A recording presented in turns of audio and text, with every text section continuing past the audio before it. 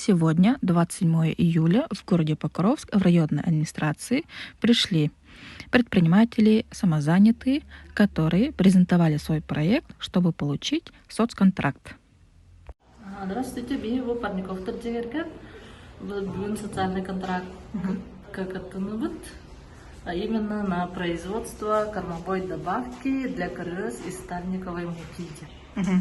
Оборудование ларга. Когда тебе? Арне лыти истивитмен.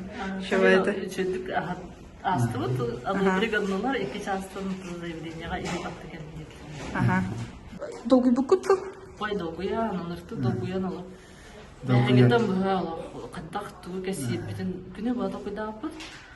Бүгүн асада мээте байгелем барамбыт. Каттак болор бутебде болор дендегесе токуй бага. Тайымты дүргөн майтып чубатык аста, бутусты байтык. Тары бейжодун кытты кесте барып. Бүгүн подпистан бара ол канылады, тохтилер. Ата бүгүн ол токтор иди вакты барабыт, онотон кахан качта түштү дагы бир аз оборудование закупкалып.